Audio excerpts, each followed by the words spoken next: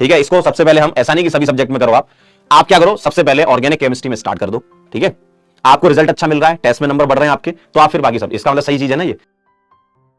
मान लो आपने, यहां शॉर्ट नोट्स भी बना रहा हूं आपके लिए, ठीक है, डे 1 पर आपने पढ़ा, ठीक है, डे 1 पर आपने उसको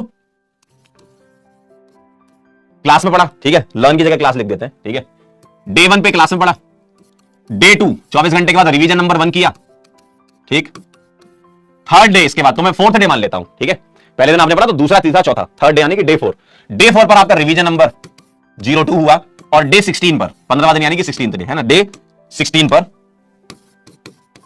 आपने रिवीजन नंबर 3 करा। तो इससे आप देखेंगे कि 90% से ज्यादा चीजें आपको रिकॉल हो रही हैं, 90% से ज्यादा चीजें रिकॉल हो रही हैं। तो ये आप गांठ बांध लो, ठीक है, जब आप पढ़ रहे हो, आपने मेरी क्लास अटेंड करी, ठीक है, या किसी भी टीचर की क्लास अटेंड करी, उसके 24 घंटे के अंदर एक रिवीजन करना है, फिर डे 4 पर रिवीजन करना है, फिर डे 16 पर रिवीजन करना है। ऐसे आप अपना पूरा का पूरा प्लानर बना लो, अपना एक खुद का प्लानर बना लो कि जो मैंने पढ़ा उसके बाद 24 घंटे के बाद फिर करना है, ठीक है, डे 4 पर करना है, डे 16 पर रिवीजन करना है। मैक्सिमम चीजें आपको अपने आप रिकॉल हो जाएंगी। सर रिवीजन में करना क्या है? जो आपने नोट्स बनाए हैं वो आप रिवाइज कर सकते हैं, जो आपने क्लास में नोट्स बनाए होंगे, ठीक है, या क्लास के बाद नोट्स बनाए होंगे उसको रिवाइज कर सकते हैं। जो डीपीपी आपको मिली है उसको सॉल्व कर सकते हैं, क्वेश्चन के थ्रू भी रिवीजन होता है, ठीक है, जो होमवर्क दिया उसको सॉल्व कर सकते हैं, ठीक है। ये मेरे ख्याल से जो 24 घंटे वाला है ना, वो तो आपका होमवर्क वगैरह में निकल जाएगा, तो डे 2 जो है वो आपका डीपीपी में निकल जाएगा, होमवर्क वगैरह में निकल जाएगा, ठीक है।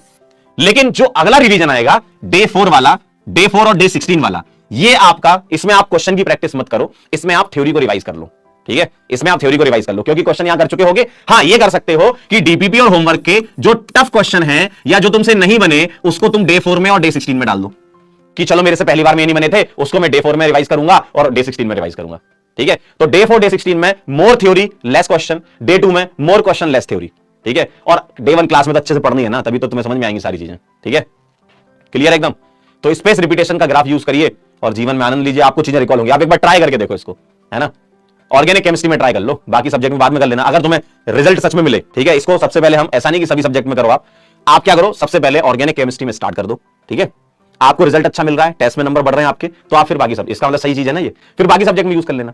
तो सबसे पहले मुझे ऑर्गेनिक केमिस्ट्री में अप्लाई करके बताइए, और मुझे ये पता होना चाहिए कि आपका जो अभी टेस्ट हुआ है पिछला वाला, और इस वाले मेथड को यूज करके, रिवीजन वाला, रिकॉल वाला मेथड यूज करके अगले आने वाले टेस्ट में कितने नंबर बढ़े आपके, ठीक है। ये आप मुझे जब मैं पढ़ाऊंगा तो आप चैट में तो लिख ही देते हैं ना, ठीक है। तो आप बताइएगा कि ये मेथड कितना यूजफुल आपके लिए।